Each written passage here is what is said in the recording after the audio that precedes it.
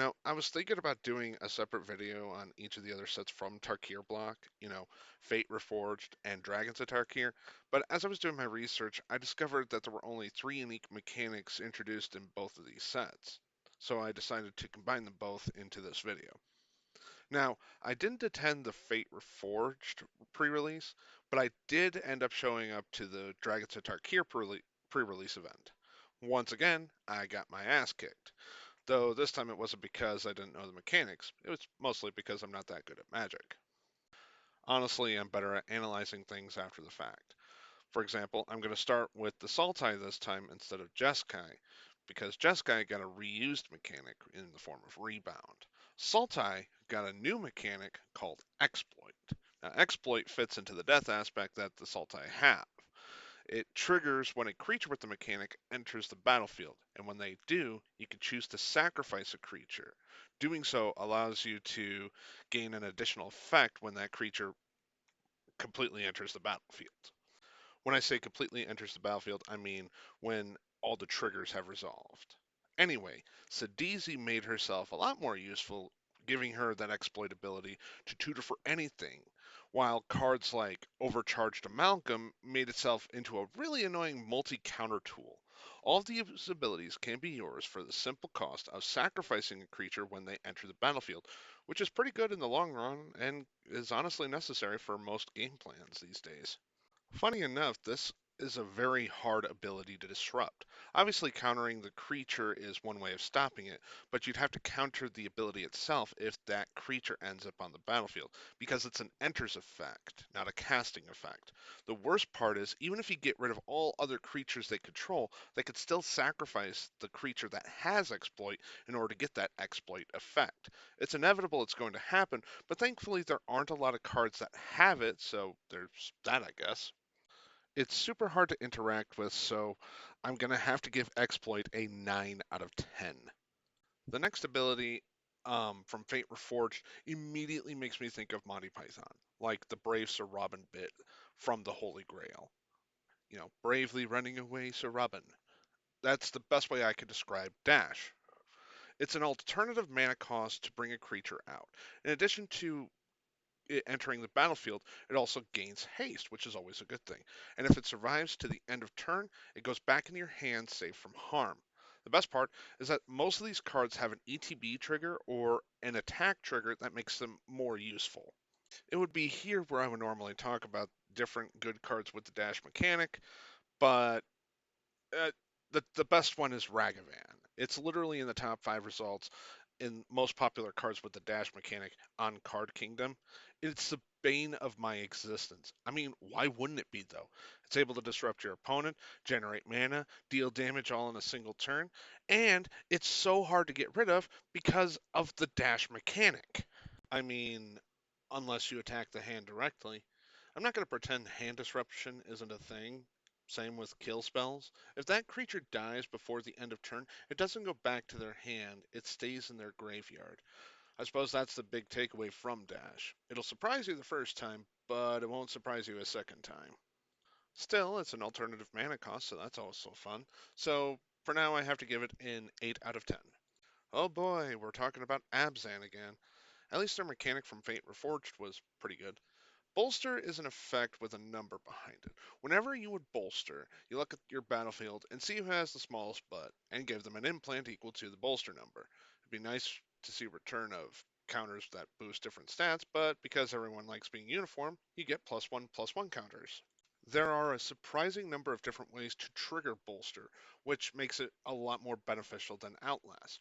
Dramoka's first appearance bolsters whenever a dragon you control attacks, not just Dramoka, so that's beneficial to Dragon Kindred decks.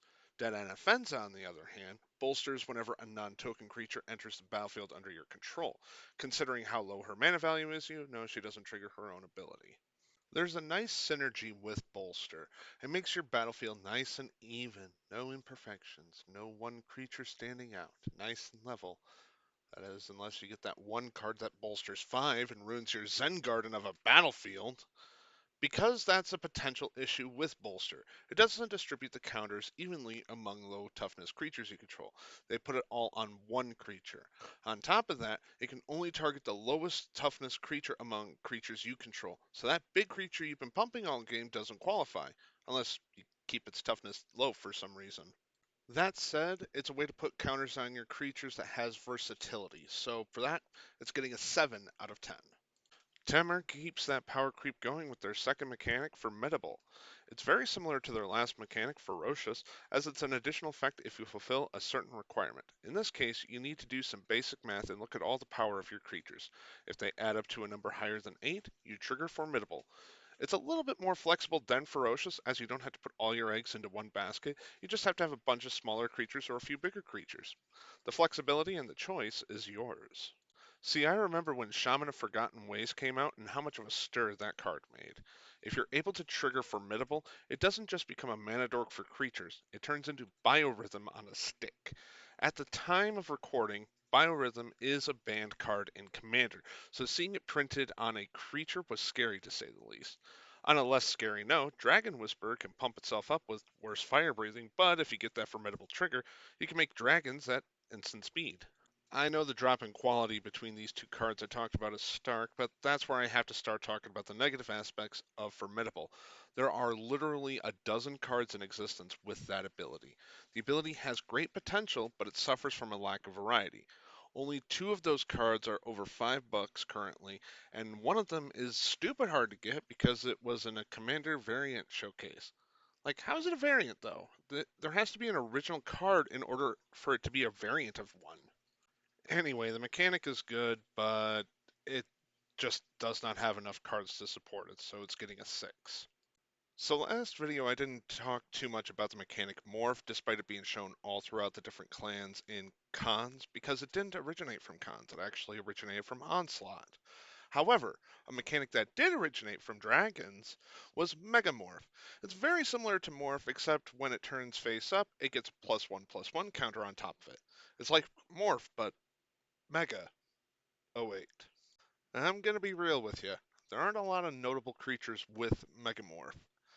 I mean, I guess Deathmist Raptor is pretty good, especially if you're running Morph cards or other flip-based cards. Cadena's Silencer is pretty solid too, I suppose. Being able to counter all abilities your opponents control at instant speed is, a good way to disrupt your opponent's game-winning combo. I suppose it's safe for me to say that I'm just underwhelmed by Megamorph as an ability. It's not great, but there's nothing inherently bad about it. It's basically like putting a trap card face down most of the time. You can activate the Megamorph ability at any time, which is good. If you don't have the actual instance that do most of those things, that is. A vast majority of the cards that have Megamorph also have an instant or sorcery card that does the exact same thing they do. The only difference is you get a body with a modifier. I was going to give this a 5 out of 10, but after a little bit of thinking, having a body to block something after activating its morph ability is not a bad thing. So honestly, I'm going to give it a 6. I didn't go too much into it before, but I think I should talk about the morph creature itself. See, when you cast a creature for its morph ability, it enters as a 2/2 colorless creature with no creature types. It's just a colorless bear. It's very similar to creatures created by the Manifest mechanic. Manifest is a little different, so just bear with me here. You can manifest any kind of card. It doesn't have to have the morph mechanic in order to exist. However, whenever a card becomes manifested, you can't flip it unless it's a creature, and its morph cost is the original mana cost, unless it has morph, obviously. Most of the time, you don't get to choose what gets manifested, like with Whisperwood Elemental. It turns the top card of your library into a creature, regardless if it's a creature or any other card. However, cards like Scroll of Fate allow you to have a little bit more control with that by turning a card in your hand into this morph creature. Well, manifested creature, I should say. Other times, you don't even have to manifest. You can make someone else manifest with cards like Reality Shift. Either way, I think it's more of like a double-edged sword. Yes, you get a creature, but you lose the potential of what that card could do later on, unless that's what you're planning on doing.